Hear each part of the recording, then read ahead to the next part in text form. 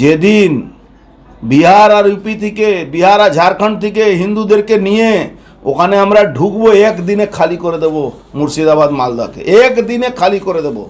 যেভাবে মুর্শিদাবাদকে হিন্দুবিহীন করার যে চক্রান্ত চলছে, যেভাবে পুলিশকে সঙ্গে নিয়ে দুজনকে কুপিয়ে খুন করে দেওয়া হয়েছে, 4 ঘন্টা পরে পুলিশ গেছে ওখানে, আর পুলিশ কর্তারা বড় বড় লম্বা লম্বা কথা বলছে। হিন্দু পরিবার, সনাতনী মেয়েরা, বাচ্চারা নৌকা পার করে মালদা দিকে পলায়ন করছে। আরও একটা আমার কাছে ভিডিও এসছে, সেটাও আমি টুইট করছি, যেখানে মমতা ব্যানার্জি আজকে 15 দিন ধরে একটা কথা বলতেন, রামনবমীতে দাঙ্গা করবে, হিন্দুরা সনাতনীরা দাঙ্গা করবে। ঈদের নামাজের দিন রেড রোডে দাঁড়িয়ে উনি বলেছেন হিন্দু ধর্ম গন্দা ধর্ম। উনি যদি এখন হিন্দু সাজার চেষ্টা করছেন, অথচ উনি হিন্দু নন।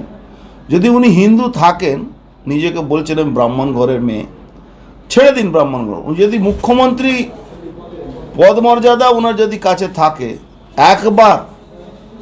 একবার শুধু বলুন কি ওয়াকফ বোর্ডের যে অ্যামেন্ডমেন্ট হয়েছে, যেটা আইন পাস হয়েছে,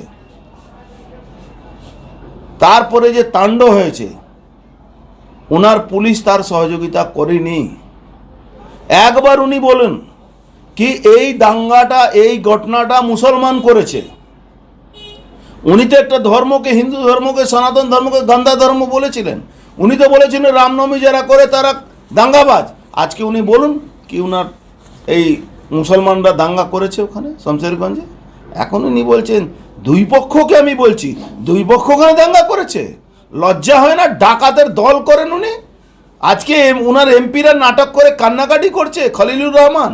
আজকে শমশেরগঞ্জের এমএলএ নাটকবাজি করছে কি আমার উপরে হামলা হয়েছে। এই ভিড়টা উনি বলছেন তো, এই ভিড়টা সামাল দেওয়া যাচ্ছে না। যেদিন বিহার আর ইউপি থেকে, বিহার আর ঝাড়খণ্ড থেকে হিন্দুদেরকে নিয়ে ওখানে আমরা ঢুকবো, একদিনে খালি করে দেব মুর্শিদাবাদ মালদাকে, একদিনে খালি করে দেব। একদিন লাগবে আমাদের। আর সিদ্দিকুল্লাহ চৌধুরী বলছে কলকাতা আমি অচল করে দেব। কারো কোনো পার্টি লাগবে না আমাদের। কলকাতা বাইরে থেকে লোক আনতে হবে না।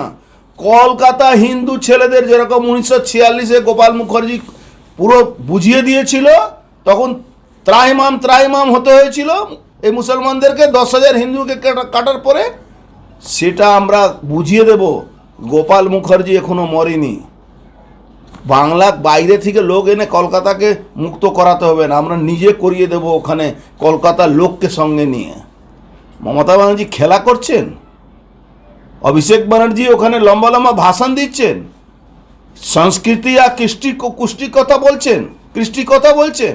বাংলা সংস্কৃতি রয়ে গেছে। বাংলা সংস্কৃতিকে নষ্ট করা যদি মূল কেউ থাকে, তার নাম মমতা ব্যানার্জি। একটা জিহাদিদেরকে এক্সটেন্ডেড বাংলাদেশের প্রধানমন্ত্রী হওয়ার স্বপ্ন দেখছেন উনি জীবনে এটা পারবেন না, নিশ্চিত থাকুন। কোন জেলায় খারাপ অবস্থা আছে? পুরো 9টা বর্ডার এলাকা পুরো সর্বনাশ করে দিয়েছে মমতা ব্যানার্জি।